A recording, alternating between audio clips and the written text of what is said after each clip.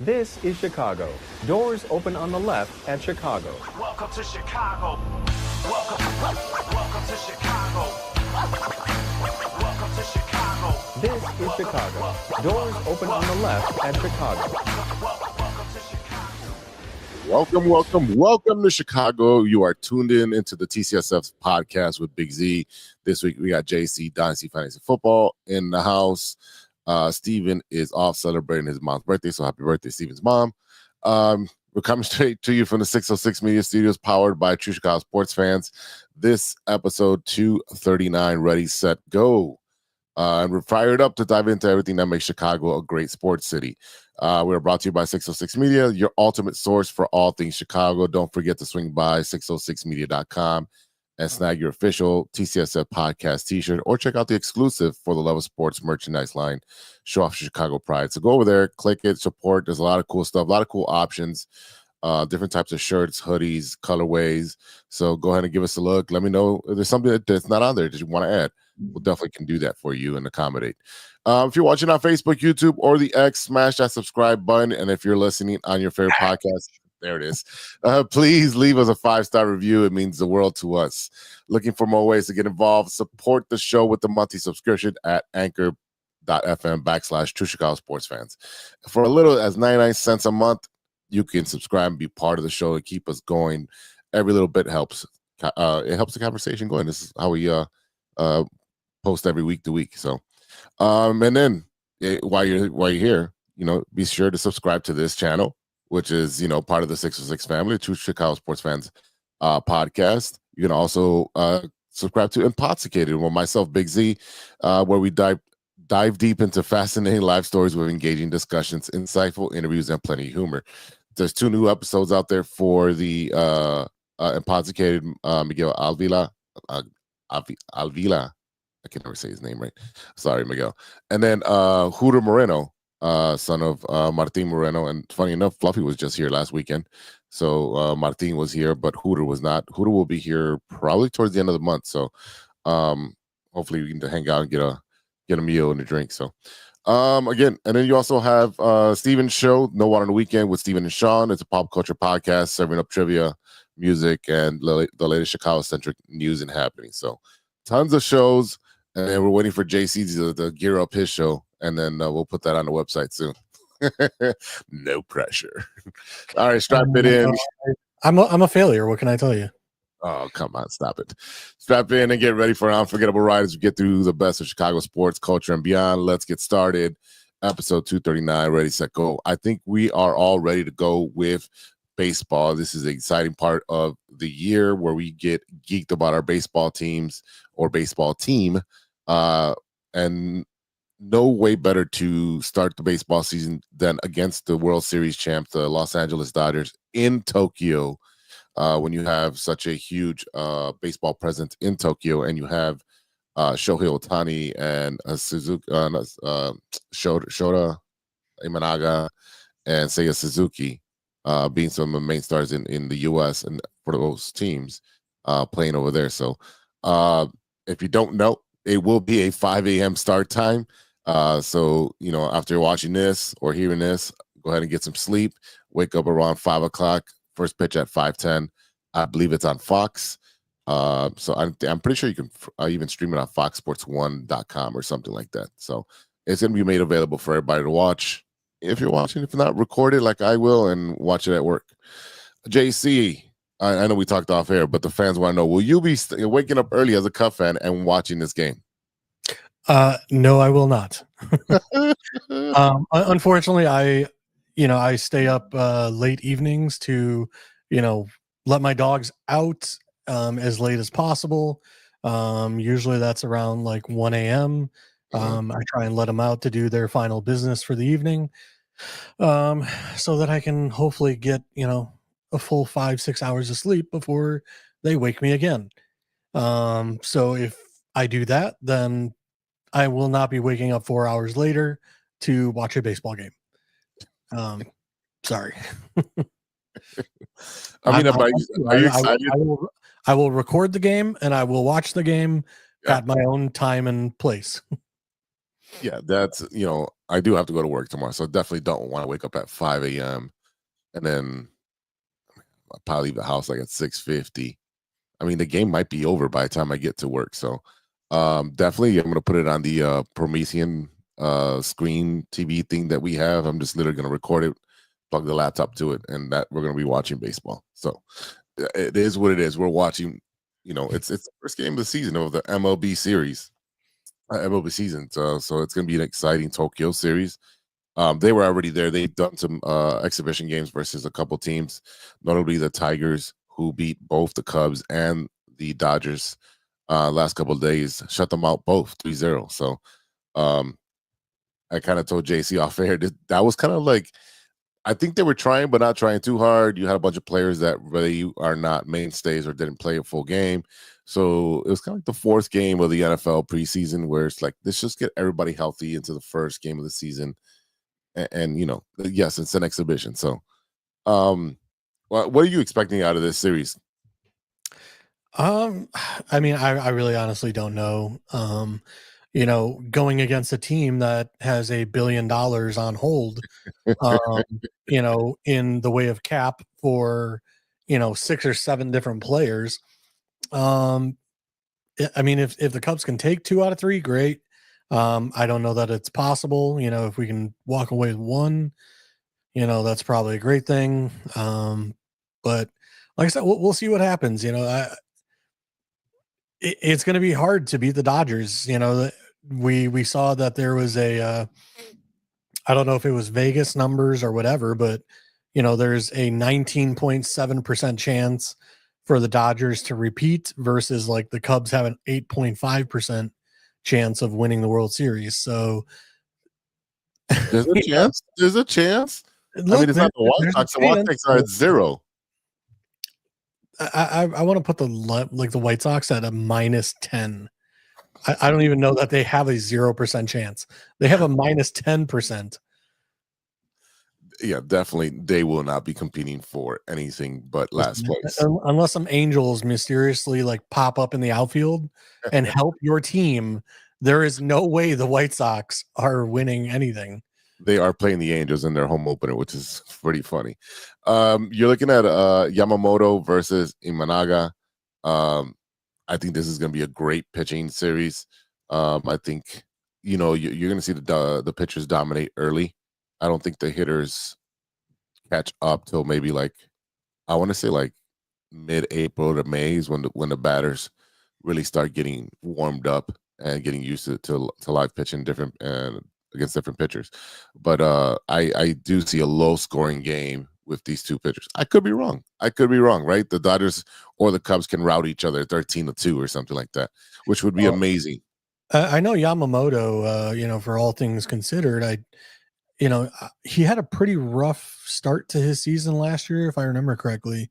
And then he started coming on towards the end, where, Shota just balled out all season long. Yeah. For us pretty much. And we discussed last year during the season was we stole Shota versus the amount of money that Shota got paid versus Imanaga. It was a huge difference. And to me, Shota was the better pitcher throughout the season last year. But like I said, I believe Imanaga did start coming on more towards the end. I would have to look it up and everything. But, and not that I follow the Dodgers really. I mean, I'm a Cubs fan, so I follow them. But, in the grand scheme of things, if there's somebody that got paid that kind of money and they're doing really well, you would hear about it. So the lack of hearing about Imanaga last year versus the overall Shota getting all the hype, it's kind of one of those it'll be an interesting first game, and good for both of them for being the starters in Japan in their home country. Luckily they didn't start somebody that wasn't from the country. It makes sense that these two are going to be the starters tomorrow. Yeah, it definitely makes sense. And then this is huge for baseball. I mean, they're very huge on about baseball in Japan. So I think it makes a lot of sense to start branching out the game to more of a worldwide audience. If we start doing this this year in Tokyo, and next year maybe in Puerto Rico, the year after that maybe Dominican Republic, and then we start reaching out to the hot spots where baseball is. Take the game there for a limited a series to start off the season, even mid-season. Have a special, you program it where you have two good teams or one good team, one great team going in there. That's how you build the game. I think they should do more of that. I think it'll benefit the game. It'll grow the game, and Yeah, I definitely think it makes more sense for baseball than it does for like the NFL, because I mean the problem with the NFL is you get 16 games a season. mhm, So when you take a home game away from the fan base, like it kind of sucks for the fan base. But like with baseball, where you have 81 home games and mhm, stuff like that, like it doesn't really matter that much. Like it's like, okay, what's one home game, in the grand scheme of things? So, right. to me, like that's where I kind of stand on it. I think it's a great thing, like especially yes, Japan loves baseball, Mhm, and as much as Japan loves wrestling, Japan loves golf.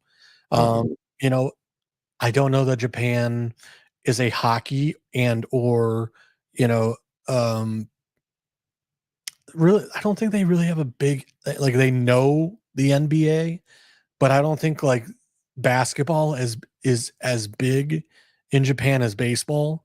No, Um, no, no, no. and same thing, like football, is definitely not a big thing in Japan that I know of. Um, so like I said, for golf tournaments, football or baseball or whatever, kind of where the NFL did the Brazil experiment this year, you know, when you mention like the Dominican Republic or places like that, like then it also kind of becomes like a security thing where, are these teams going to be like, can they securely be housed in like a facility or whatever? Like, again, the Eagles and the Green Bay Packers, they couldn't leave the hotel.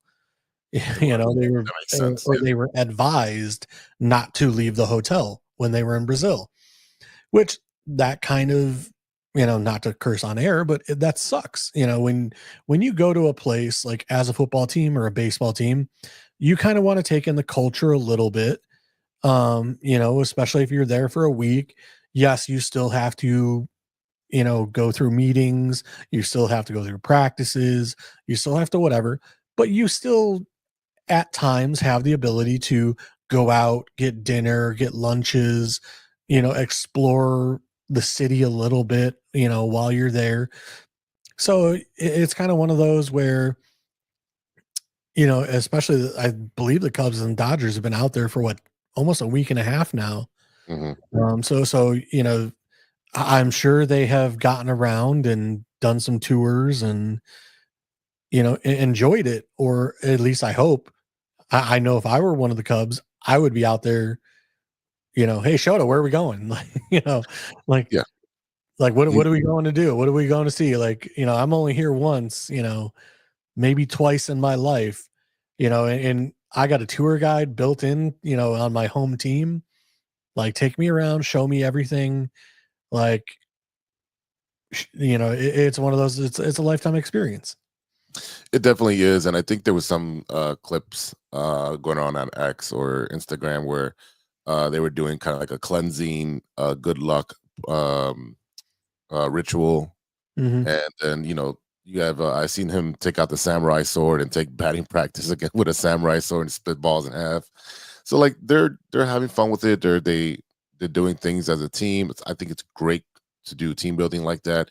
Good camaraderie for a team that has some new pieces. We know Kyle Tucker's in there, and you got Matt Shaw, the rookie coming up. So I think there's a lot of pieces that need to gel, and I think that was going to be a really good experience for that to have them all gel that way. But I mean, yeah, I see your point. things could be a security risk. Like, yeah, you go there, or maybe the Yeah, I Dominican Republic. don't. Not that Japan would be a security risk, but like we all know that Mexico, in for all instances, you hear about Cancun every now and again having some cartel wars here and there and stuff like that.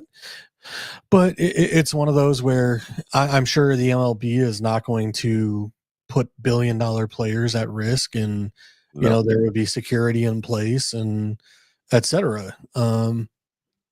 But I'm all for expanding, the game, especially like I said, you have so many teams and 80 games that you could definitely send a couple teams, two teams could play in Ireland one week, and then two teams can play in Spain or Barcelona. You know what I mean? Like there's plenty of areas where you can go and grow the game.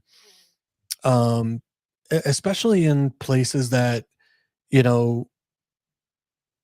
take the World Series or the not the World Series, but was the World Classic that The World Baseball Classic, yeah. yeah. I mean, we went up against teams that like their starting pitchers were construction guys. I mean, how awesome would it be to do kind of like the NHL with the four nation kind of thing, during the season? Yeah, well, they do have the World Baseball Classic that I believe happens every 2 years. I know it's next year. So I always enjoy that because it's a tournament. It's those local teams that are competing to be the representative for their country. And last time it was Ozzie Guillen. He took his team from Venezuela, and then he just took them all the way through and won the championship. And I think that shows it shows a lot to MLB. They're saying there's a lot of talent that you guys are not looking at. You're not scouting correctly. There's a lot of talent in these little teams that you need to be aware of, whether it's Dominican Republic or maybe they play in Brazil, Venezuela, Colombia, like all of Latin America. Baseball's huge. It's How huge. about the Japan team that beat us 3-0? Right. Yeah, the Tigers and the Dodgers 3-0. Right. You should be scouting that team, right, to see what they have that you can add to your team. But yeah, definitely, I think that by doing this, you're expanding the game. You're creating a global market for the league. Yeah, and I agree with you. Send them to Spain. I think that'd be cool, or Italy, or I mean, I think the Middle East would be a little too warm for that. I'm not sure what because they're not going to have the Olympics or the soccer. So I think they're going to have soccer. They have the World Cup. So like, I don't know how. Like, if you send them to like India, like cricket is so popular over there that I could see baseball, becoming transferable, and like them being interested in, seeing, what the MLB is. There's a whole movie on that, $1 Million Arm or whatever it was, with John Draper from Mad Men. Where they went to India and scouted and brought two guys, and they ended up on, I think it was the Pittsburgh Pirates. Like, it's based on a true story. So yeah, I mean, like you said, there's plenty of talent out there that can potentially be MLB, all-stars, superstars, or in the minor leagues. And anytime expanding the game is great. Like I said, for the NFL, I feel it's a little rough because you're limited to so many home games that when you take one away from the home field team, like it does sting a little bit, where it's like, oh, now we only have 7 games at home instead of 8, or you know what I mean? So like that does affect things for me from that standpoint for the NFL. It's just because you're limited already to so many games that, when one goes international, that, it kind of takes away from the fans. I never understood that with the NFL, because why can't you program it to be both teams away game? Well, That way they you probably still could, now that it's a 17-week season, and you could still do like 8 and 8, and then that 1 week. And I think that's what they're trying to do. is now that you have the 17th week, is that you can make one week a international kind of series. And I think that's what they're trying to push to, but at the same time, it's a logistical nightmare for these teams as well. Getting hotels for 52 players and coaches and significant others and staff and training and etc. training staff. I mean, it's a logistical nightmare to fly overseas and book out hotels and everything else. So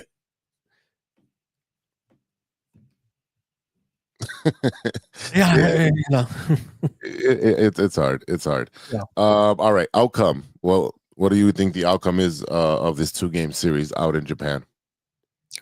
Like I said, I hope the Cubs can steal one of them. Like I said, the Dodgers have a great team.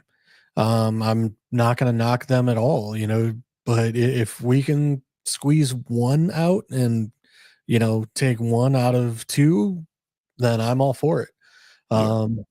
It's going to be a rough one, and nobody's got a home field advantage. It's overseas. We'll see how it turns out. Yeah, to me, I just want a good game. I know everybody knows I'm a Dodgers fan, but still, it's Chicago. I still want the Cubs to do well. Doesn't bother me in any bit. So if they do well, it's good for the city. Let's be honest. All right.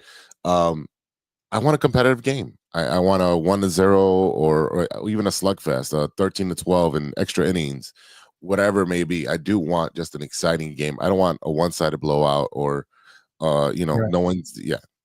I want something, especially in Japan where they love baseball. Hopefully it's a good game where it keeps them entertained, it draws them in, and we put on a good show for a country that loves our sport. Yeah.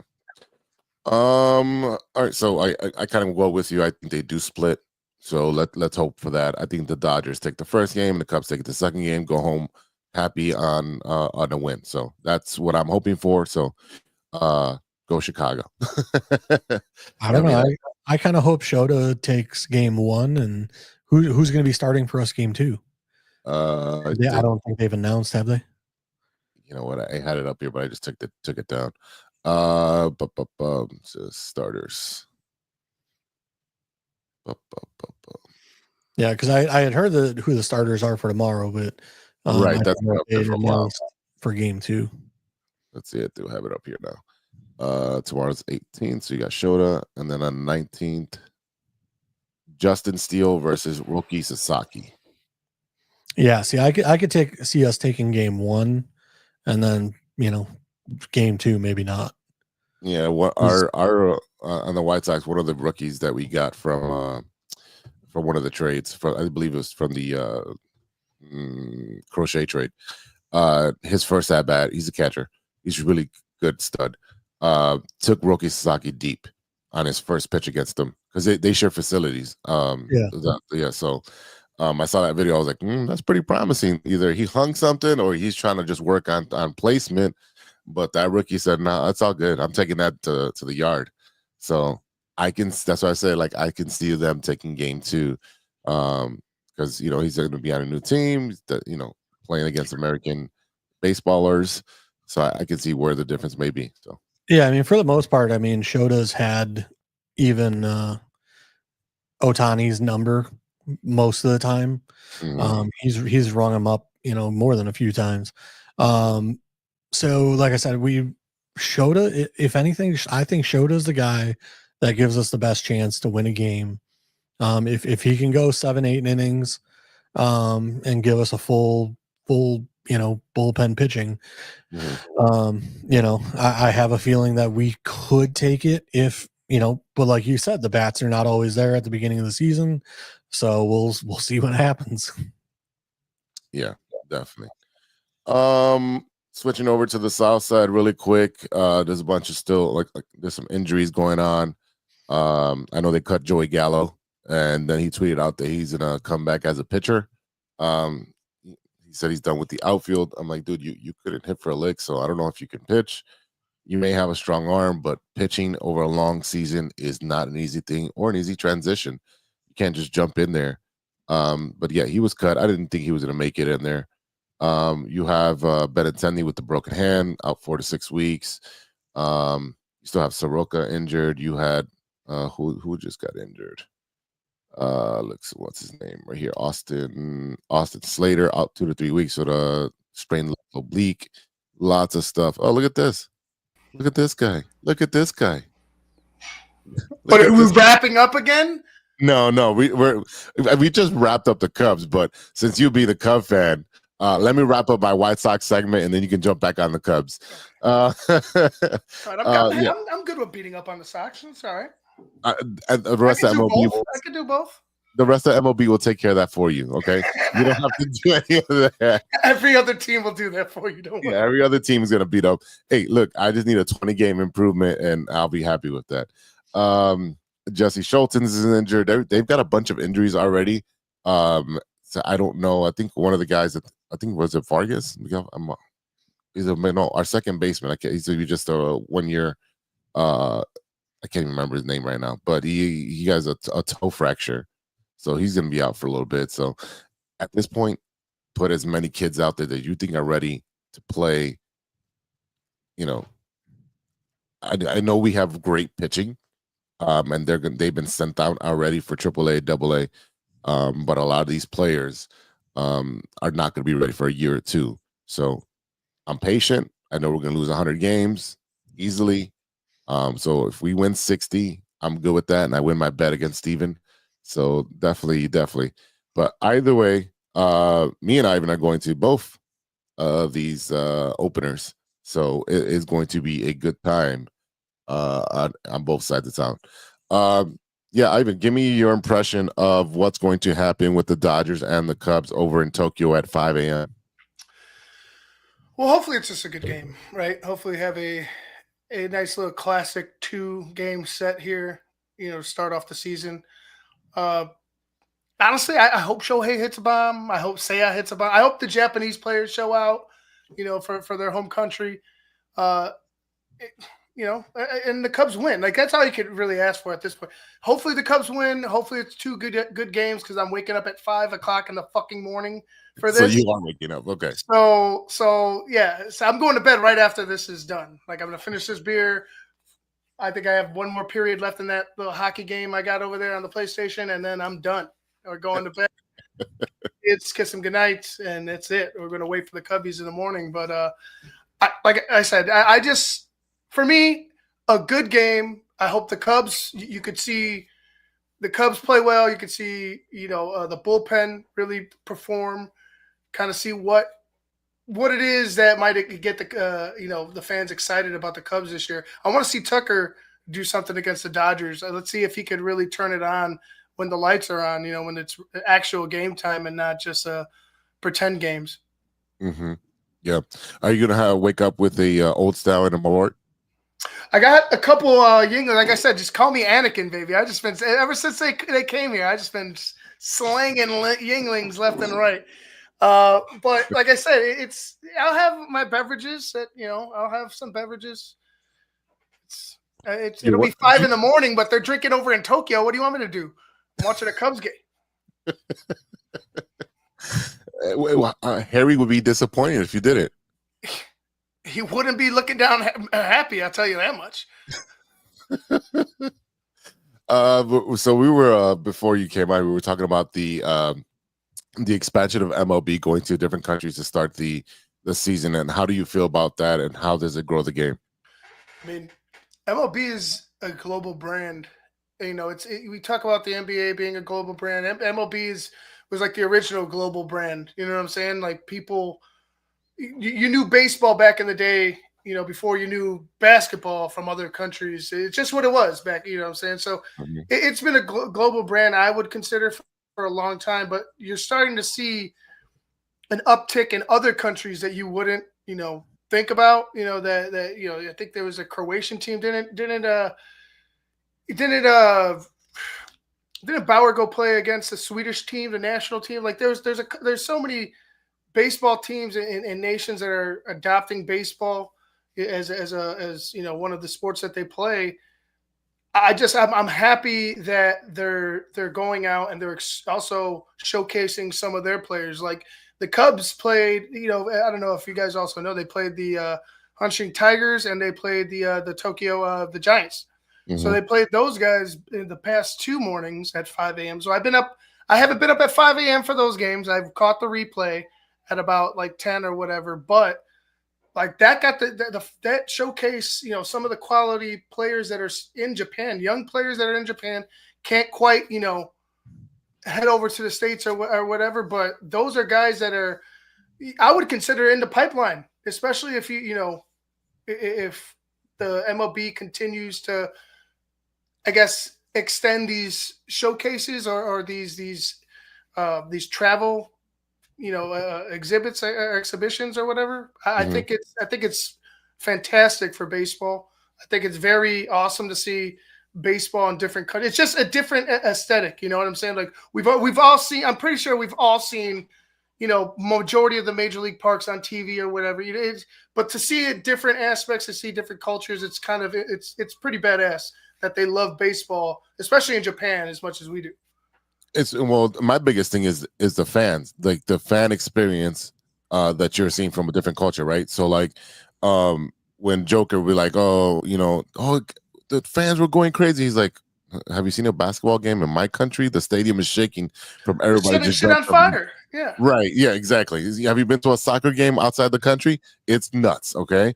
So, you know, you're getting that experience. I know in Puerto Rico, you know, there's a lot of in Dominican Republic. If you see that in the World Baseball Classic where there's music played all game long. You know, they got the drums and they got the trumpets and they're playing music all day and they're chanting the entire time. It's like everyone is engaged in the game. And I think that's great for the game. It kind of gives everyone the American fans like, you're kind of lazy. You're on your cell phone, not paying attention to the game. You know, everyone else is engaged and having fun and is a real fanatic of their team or their country when they're watching baseball. So that's the kind of excitement I want to bring back to baseball. And how do we get there? How do we get there?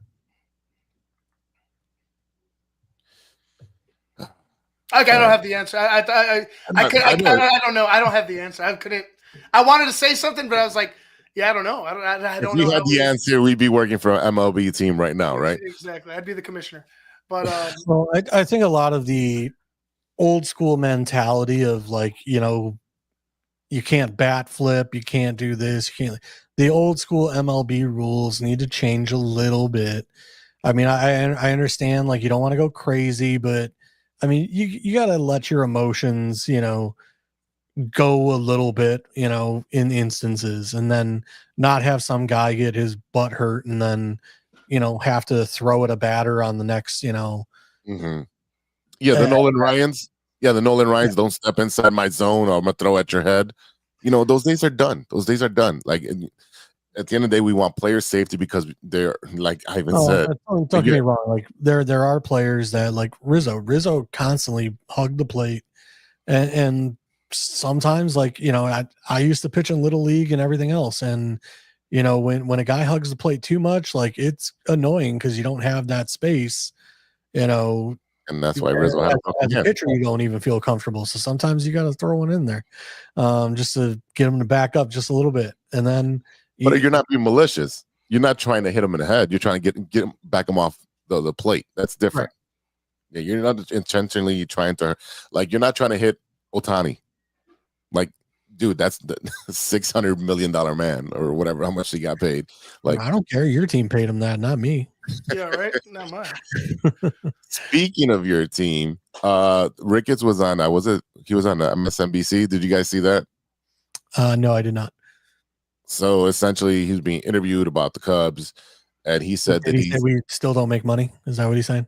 Yeah, he was trying to clarify that he didn't mean that we just break even.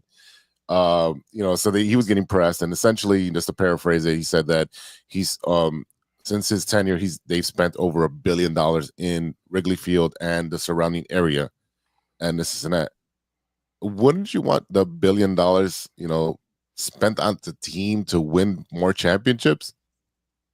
That's just a question for me. Well, his whole thing is, you know, And don't get me wrong, It looks beautiful. It looks beautiful out there. Yeah, I went to a game last year, and you know, the little garden out there, you know, behind home plate and everything. They got bags out there. They got little table setups, you know, for everybody to have their beers and drink in the little garden pre-game, everything like that. And you know, there's plenty of shops. There's plenty of bars and restaurants and everything else. I mean, yeah, I mean, let's be honest, versus the old Wrigley, it's a major change. I'll say that.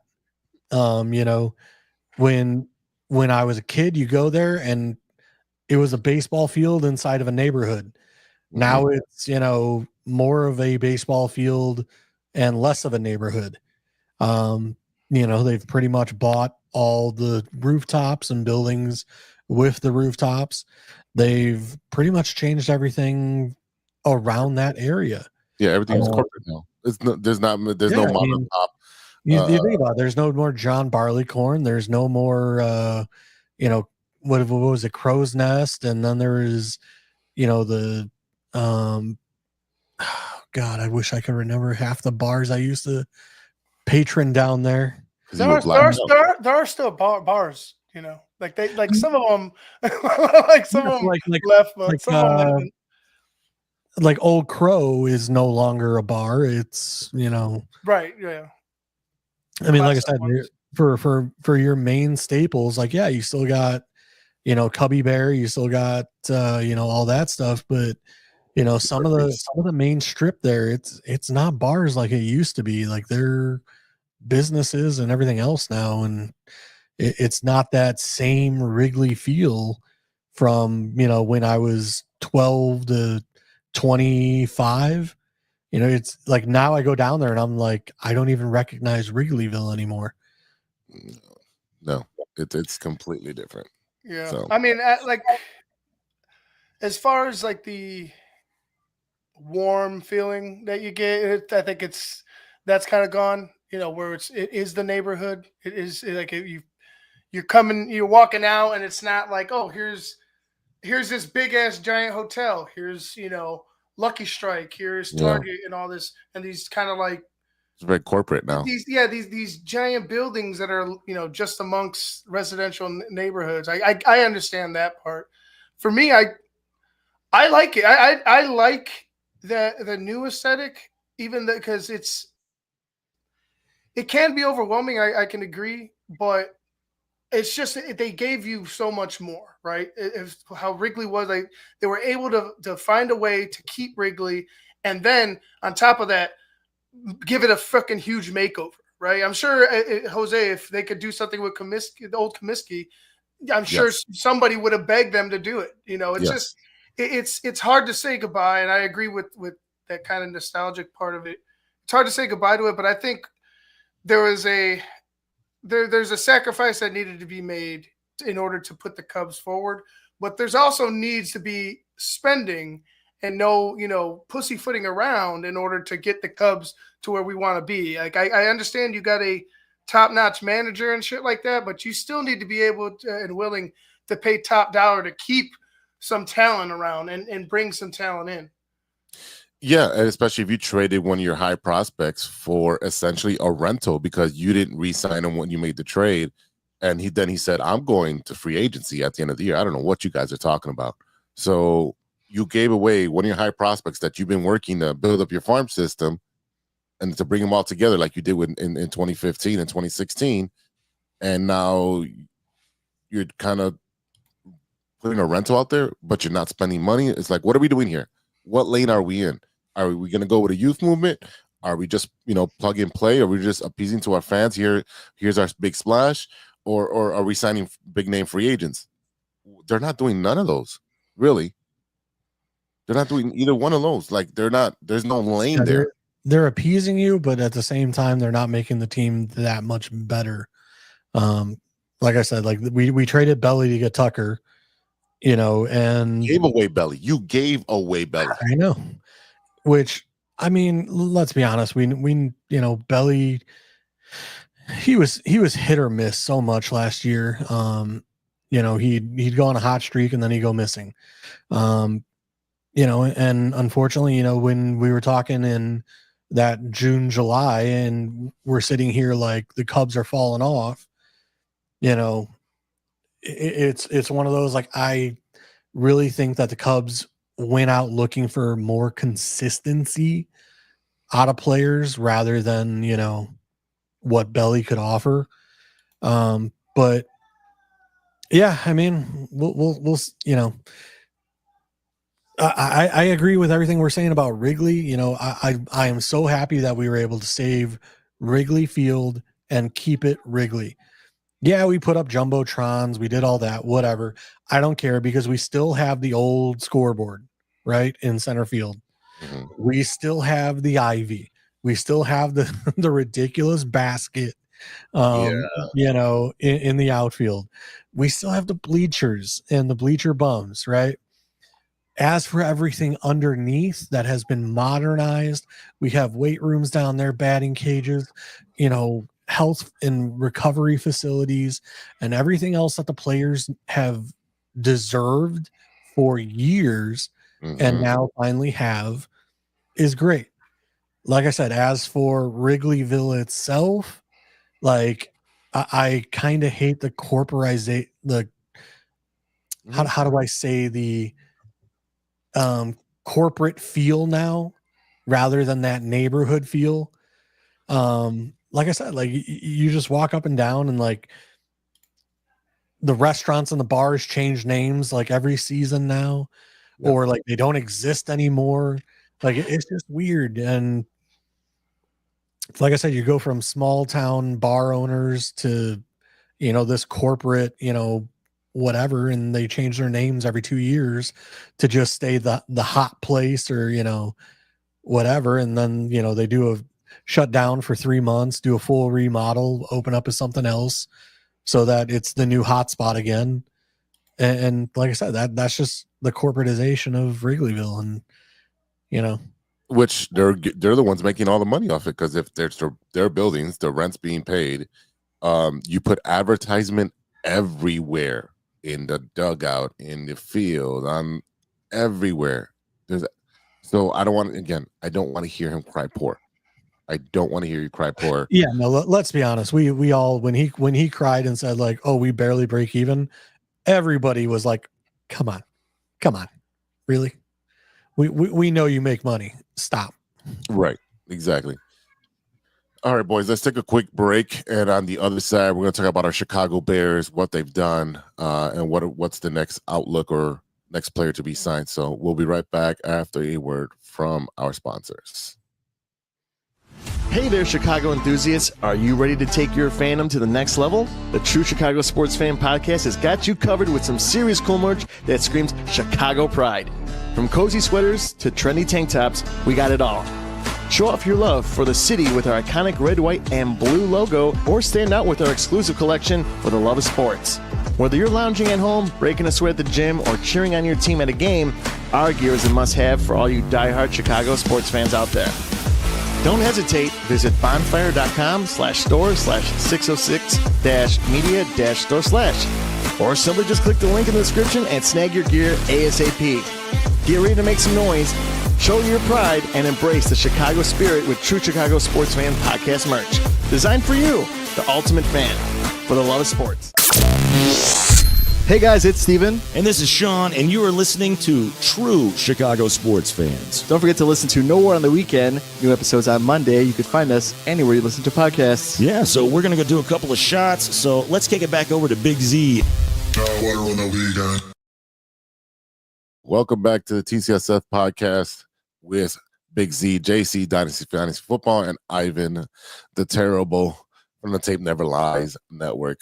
It's time to talk about our Chicago Bears, and this is where you guys nerd out, and we're going to talk about the latest signings and what it means for the Chicago Bears and what is the future. I mean, we talk about this every week, but it changes from week to week.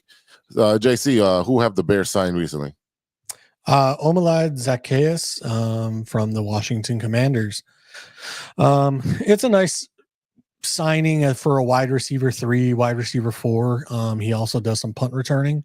So I haven't heard what his contract details are yet. But I mean, it's a decent signing for the Bears for depth. Personally, I was hoping for, a slightly different player. I kind of was hoping for Elijah Moore. Now there's rumors that they are talking with Rondale Moore, which, I mean, he's never really panned out for anybody he's played with so far. I've also heard that they're potentially talking to McCole Hardman. But we'll see what happens. I think the Bears are kind of focused elsewhere in the draft, which is a good thing. I don't really see, unless you go Mbuka, I really don't see that like any wide receiver, maybe Royals in a later round. He's more of like a speedster. But other than that, like I really don't see the Bears, spending a draft pick on like a wide receiver this year. I see them doing it on, after the draft. Undrafted free agents is where they would probably look at a wide receiver to add to. And then also want to know, like, what does this mean for Tyler Scott? He's been with us a couple of years. He's supposed to be the speedster to open up the field. What's going on with that? Well, unfortunately, sometimes those late round picks, they just, for whatever reason, they don't pan out. They don't contribute as well as, some of the higher end guys. Although, you have the Antonio Browns that get picked late in the draft and they outperform the first rounders like Kevin White. So, you never really know what you're going to get with wide receiver, do you? I mean, what's your impression of the wide receiver we signed and all the rumors? Zacchaeus, he was a huge factor for Washington last year in clutch situations. It seemed like it was whenever they needed a big spot, a big play in a tight spot, Olamide Zacchaeus was right there to make the fucking play. And it was kind of shocking because he went from Atlanta, I thought he was going to be a guy that broke out there, and he never really. He was always like that third, or what was he? Being a third wheel and shit. And he ended up breaking out in Washington. I'm kind of surprised Washington didn't want to bring him back. Or I don't know if they didn't want to bring him back or weren't able to or what have you, but it seemed like he was just a good fit for Jaden Daniels and what they were running. And I hope he's a good fit for what we run here. He was, like I said, he was a clutch player for them last year. Yeah. And I mean, JC talked about it off air, but you can't be a producer if they're not throwing you the ball. So, there was games where he didn't get any catches for whatever that reason was. But again, I think the more talent you can add, more weapons for Caleb, more protection for Caleb, the better. Right now, we want to use this rookie contract to stack up the deck and come out swinging against everybody. The Bears also re-signed Travis Homer to a 1-year deal. He's running back. He's spelled Swift a little bit. Again, we still don't know what's going on with our concussion friend. What's his name? Brisker. No, the running back. Oh, Roshan Johnson. Yeah. So, I mean, again, we're just stacking bodies at this point to see what happens. We don't know what the Bears are going to be looking for. Are they going to go best available player, or are they going to be going to offensive line, defensive line, whatever's best there at that point for each line, or are they going to pick up a linebacker? What are you guys hearing? Ivan, go ahead. Well, I mean, I'm not hearing much of anything because Bears have been pretty much tight-lipped on stuff. What I would want them to do is, continue to kick the tires on McCole Hardman or Rondale Moore. Rondale Moore, I think, would probably he'll have the youth on his side, but McCole Hardman definitely the experience with a guy like Pat Mahomes, being in a top-tier offense, playing for championships, that type of experience. I think that could play a huge factor as well. As far as linebackers, I think if you're going to look for a linebacker, look for him in the draft, or look to possibly, you found Jack Sanborn unrestricted. Maybe you're able to find somebody there.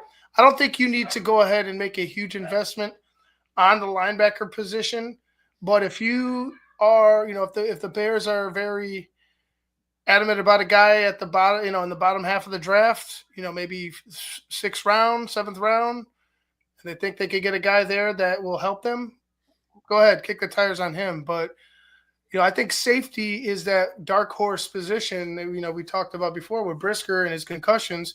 Mm-hmm. It's an absolute necessity to add a safety. And I'm not talking about the top end, middle rounds, 3rd, 4th, 5th round. That's kind of where I would look for a safety. But regardless, you need to add another player at that position because you just don't know with Jaquan Brisker. Yeah, one of the I've done a couple mock drafts and I've had Xavier Watts fall to me in that 2nd round. That's a name that I've kind of taken, because Byard is also on a 1-year deal now. He was on a 2-year deal. Now, obviously, this is year 2. So really, you got to look at free safety potentially for next year. And you also have to look at what is Brisker's health. Because for him to be out for as long as he was, you had Tua Tagovailoa get rocked harder and make it back to the field quicker than Brisker did. So there's a serious concern there of, why did it take so long to get back to the field? And I'm with Ivan, that's one of those positions where, in that, pick 72, 5th round range, there's plenty of safeties out there.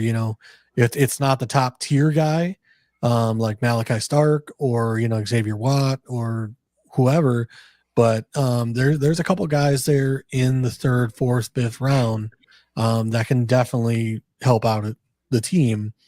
Now I know we also have Owen still. He's some good depth there. He, played pretty well in place of Brisker when Brisker went down.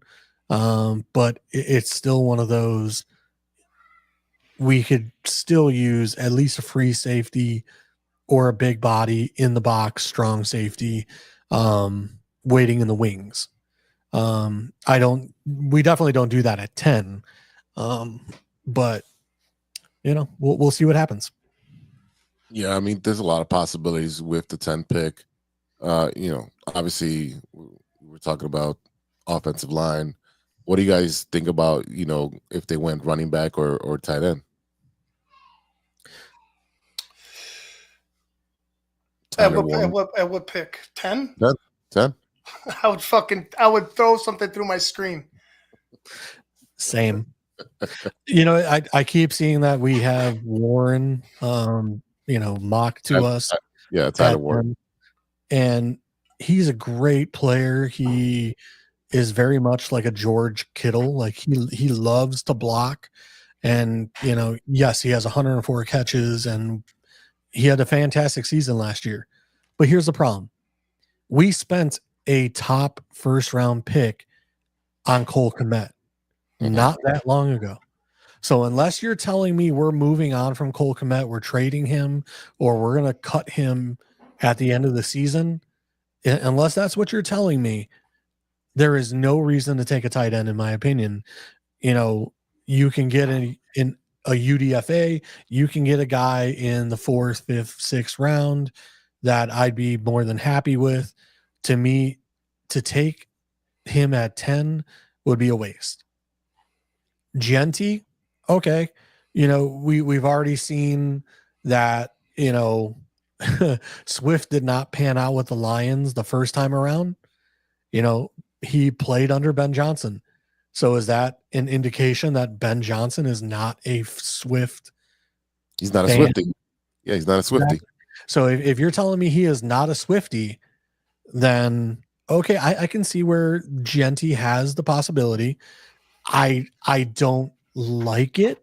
I would prefer that we go with one of the guys in the second round, Judkins or one of those guys from Ohio State in the second round, I would much prefer that. But if you're telling me that, hey, we've done all this work on the offensive line, we do not like Swift, we're going to move on from him or trade him now that we have Genti, and say we recoup a 3rd round pick or a 4th round pick for Swift to go to another team, which I don't think that's going to happen. More than likely he would be a 4th or 5th round pick. I'm not against it, but I still would prefer to have an edge rusher at 10. Ivan?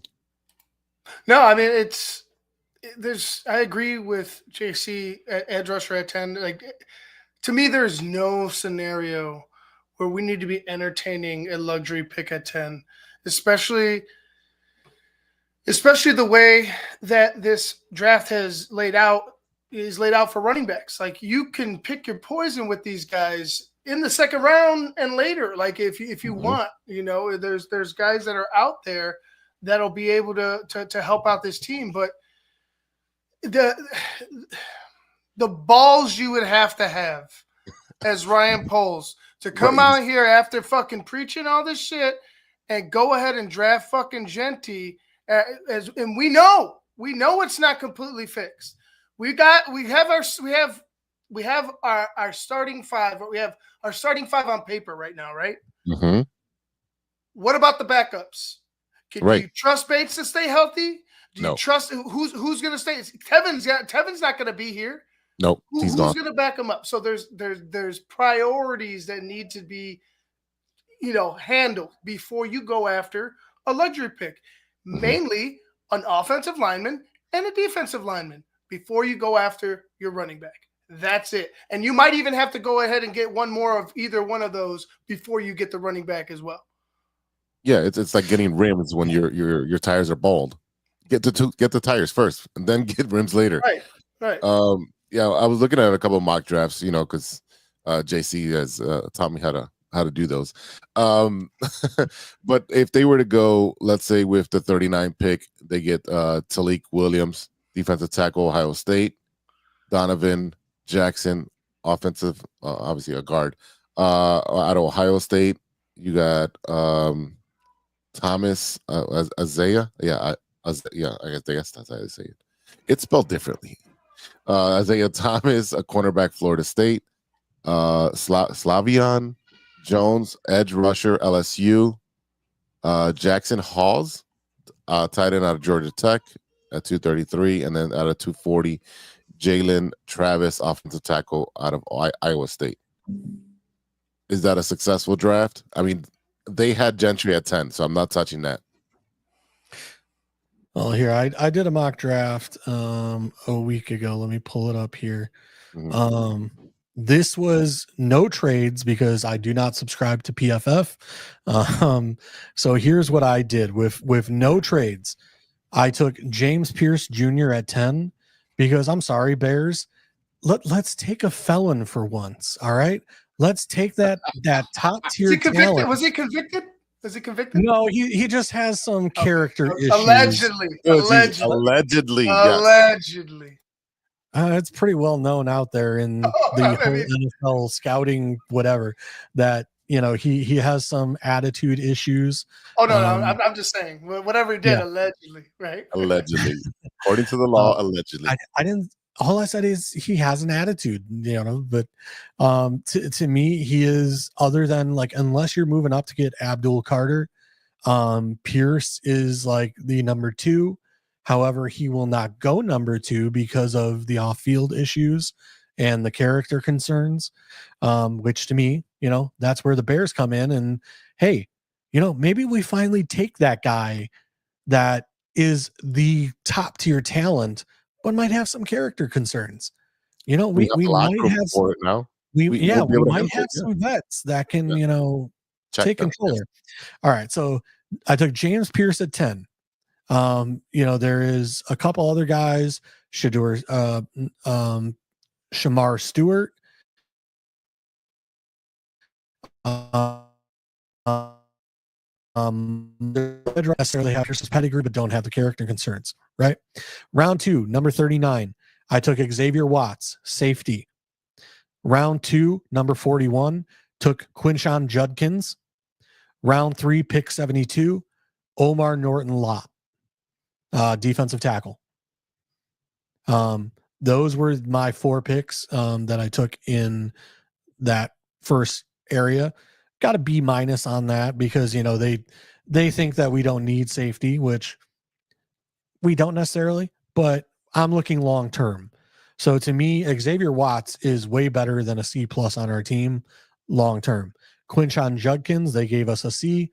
Again, if Swift is not a Ben Johnson guy and we're moving on, that's better than a C grade right there. Now I did one more draft, and in this one, I went Genty at pick 110. All right. So Genty at 110, turned around at pick 39. Mike Green was there.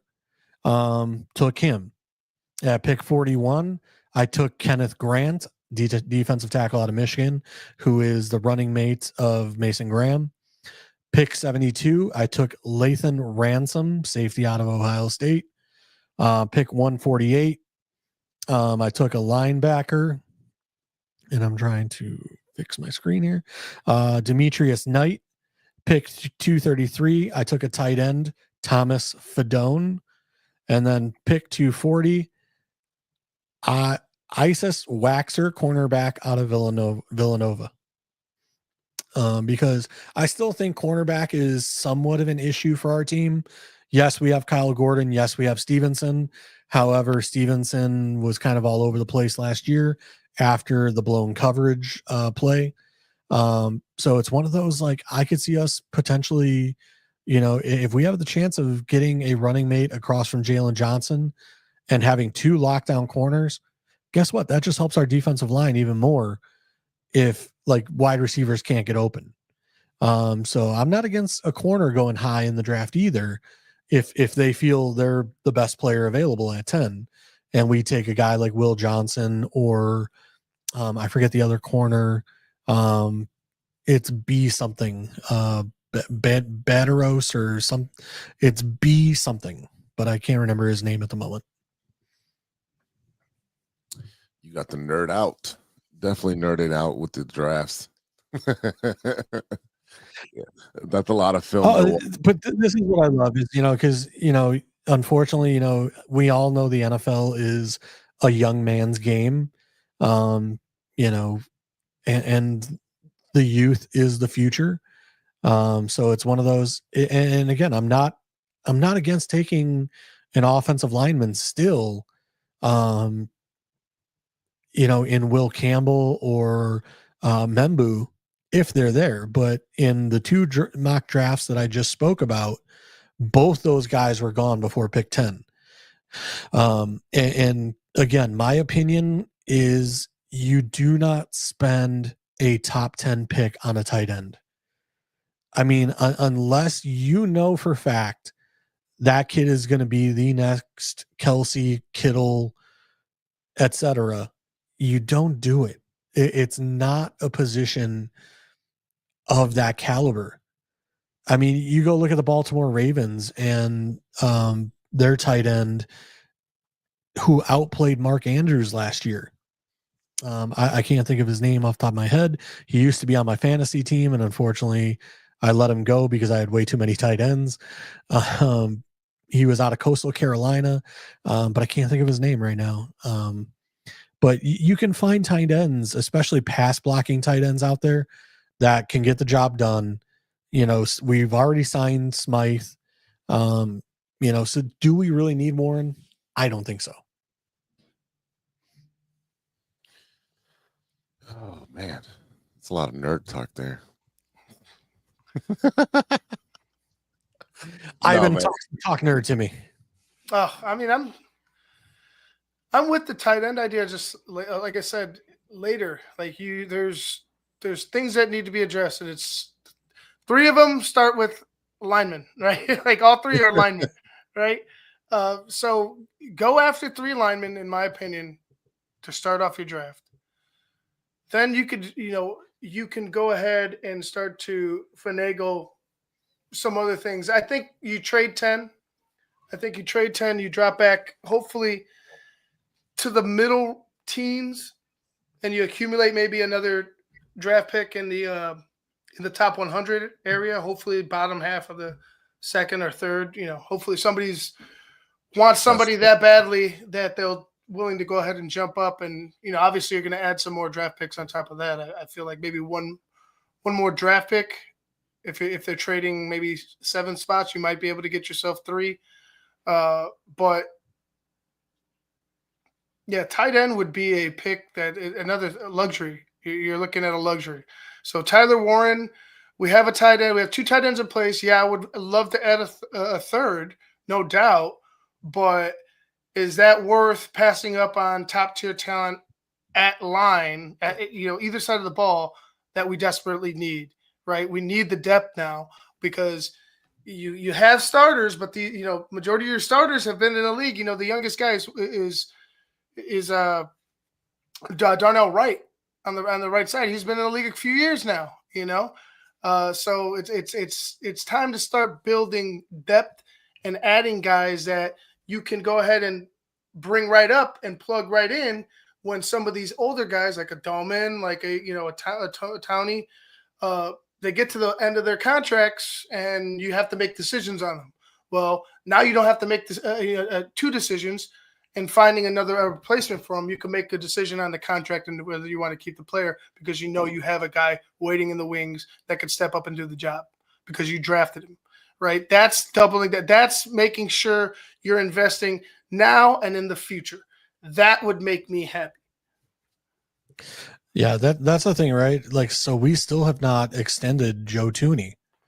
And that to me is what's going on there? Like, does he not want to sign an extension, or do the Bears not? Because to me, it's like, okay, if Campbell falls to 10, there's the concern that he has short arms, but he could potentially be an all-pro guard replacing Joe Thuney next year long term. Yeah, I could also see, and I agree with you. I could also see, as silly as it sounds, I can see the Bears like, you know what, we're going to hold off on this, and we're going to announce it like in the middle of like OTAs or like training camp, or like when in that dead period, in that dead period where you need to have some Bears news. I could see that happening because they're kind of more conscientious of it from like a public relations standpoint and like publicity standpoint. I feel like now with Kevin Warren that they might do something like that, right? Or they might just sign him and maybe they sign somebody else on the same day to a contract or something like that. I think the Bears are getting a little more theatrical with some of the things that they do, I guess, in my opinion, at least. Well, I mean, they did that with DJ Moore in Hard Knocks last year, right? Where they signed him, but my only concern is like, you really haven't heard any noise at all of like, is there talks of an extension with him? Are there, cause he kind of said like, Thuney himself during the press conference kind of said like, I don't worry about that. I just play, kind of thing. So it's one of those where it's like, that's great, but we traded a 4th round pick for you. It'd be great if we had a little security long term, 2 or 3 year deal, being a 3 year deal, being a 2 year deal in reality. But like I said, after giving up capital like that, yes, he's an all pro. He's going to be amazing this year. Like I said, I don't think that's going to, even though all the rumors are out there that, we've moved past offensive line now, that they're not looking at that. If Campbell falls to you at 10, I don't think that they would pass it up unless, they really do take an edge. That said, I mean, with the capital we have with the 2 seconds, I mean, how would you guys feel if like Mason Graham or Abdul Carter fell to like 4 or 5, would you guys be willing to move up to grab one of those guys? I think that price is going to be steep. I think my thought is great talent. Yeah, I would love for Abdul Carr to be on my team. Price is going to be steep, and I would love to just maximize the amount of players we have on the team because I think we have on the as far as like the top guys that we have talent, but we need more talent as depth pieces. We need younger guys that are going to, like I said, that are going to be there in case of an injury, in case a guy doesn't work out, gets cut, or the contract's up, or eventually, like I said, they're not gonna, we're gonna have Dolman, Tooney, and Jackson for a little while, even Braxton Jones and Wright, but it's about who's going to come up after that, and it's not. And to me, getting some young guys under contract early in their careers, having them learn from 3 veterans and Tooney, Dahlman, and Jackson, and then also you obviously learn some things from hopefully Wright and Jones. But that's just my dream. Like you have guys that it's a rotation. We talk about a rotation on the defensive line. It's the same thing. It's a slower rotation, but a rotation nonetheless that is necessary in order for you to not come up on on like I said, a big ass hole where you can't sign a guy, you don't have anybody waiting. Now you got to go ahead and make a decision on, let's say the free agency class is strong with offensive linemen next season. Let's say all the guys that you like get picked up right away. They don't sign with you. Now where the hell are you? Shit out of luck. You got to go find a young guy to go ahead and start immediately for you on the line. Like these are some of the things I've been thinking about, and that's why I want young, big, strong offensive linemen backing up these guys right here, learning from them, potentially being our future offensive linemen. Yeah, because we have yes.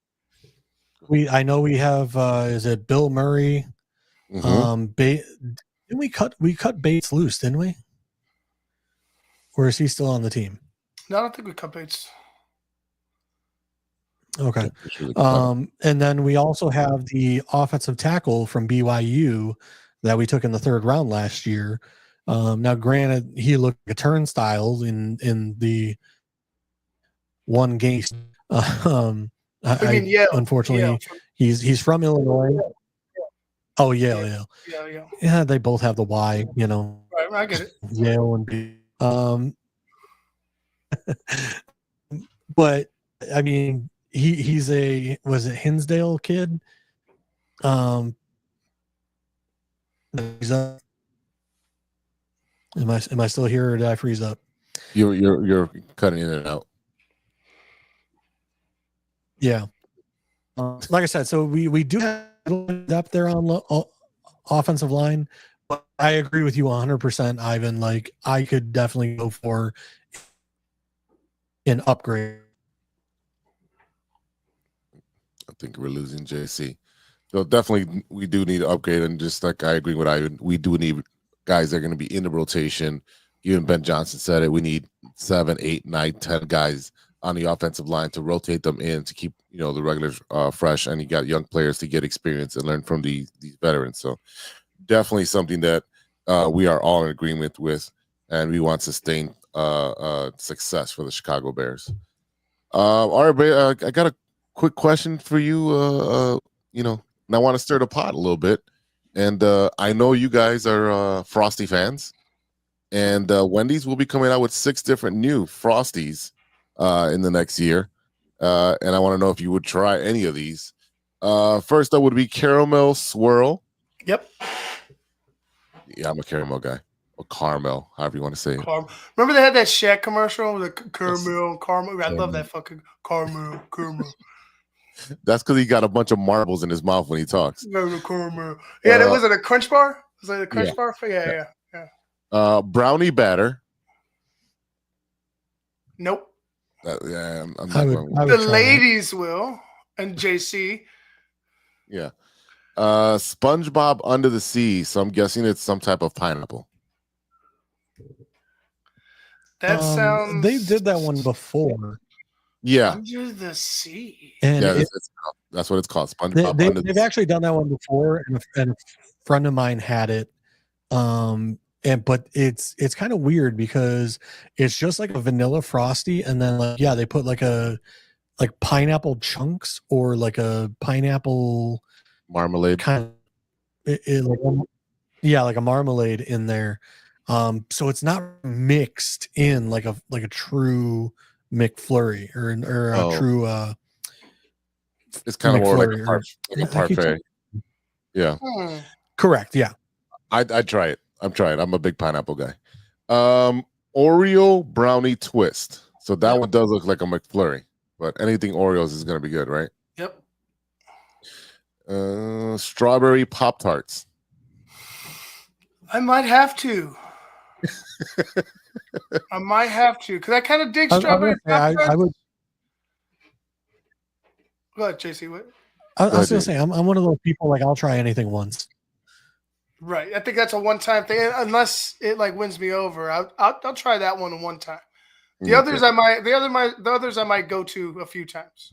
The caramel, definitely. Yeah, and if the SpongeBob is a good one, then I'll try that one over and over. Last one is Girl Scout Thin Mints. That's absolutely no for me. I'm in. I don't like mint in my ice cream. I'm in. JC, you a mint guy? JC? Spearmint gum. But I don't know about the mint ice. Like, I'm not a mint ice cream kind of person. No, that's a no for me. All right, well, look out for those Wendy lovers of Frosties. You can get the original. I think the original is back right now. It was on like a short retirement where they did all these experiments, but you can't go wrong with the chocolate one. The chocolate Frosty is king. With some fries, dipping some fries in there. That's some fat boy status right there. See, the funny thing is, like, I've been like on this health kick of like eating like way earlier in the evening, like not eating at 11 p.m. anymore. And you and Steven just keep bringing up food, stirring the pot topics. And it's like, I'm trying not to be the fat guy, but you guys keep bringing it up. Keep bringing it up. Yeah, well, Steven loves Taco Bell. So anytime they come up with a new product, Taco Bell, he's all over it. Yeah, he's all over Taco Bell. That boy. Yeah, like it was like, what is it, like 6 new Mountain Dew flavors, like Baja Blast and all kinds of other weird stuff. I'm just like, maybe I would try it. Like, I don't know. Yeah. I'm saying with JC. I'm trying to watch what I'm eating, but yeah, he's gonna be peeing purple for a while. Oh man. I got the beer coming right off. It got me. It got me for a bit. Oh man, this has been fun. But we'll be back next week. So everybody, thank you for today. Thank you to our fans for sticking with us for 239 episodes now. Yeah. Thank you to our sponsor, 606 Media, True Chicago Sports Fans, and you can find our merch at 606media.com. Just click on the merch button, go over there and find some cool stuff. You can check us out on social media, True Chicago Sports Fans on Facebook. That's where we post the latest news. We do have a Instagram as well. You can find JC at JC Dynasty FF on the X. You can find Ivan at what does it say? There's a little writing. Ivan V _ TTNL. You can also find his show TTN. The Tape Never Lies. They go live as well on Mondays before we go live. So they have a great show with Steve Edwards, and they do a bunch of cool stuff over there. So go ahead and follow Ivan on his social and his show. All right, boys. Thank you for joining me. So I think it's time to go. So JC, thanks. Ivan, thanks. We'll see you next week. I'm Big Z, and we'll see you next week for episode 240. And until then, be good to each other for the love of sports.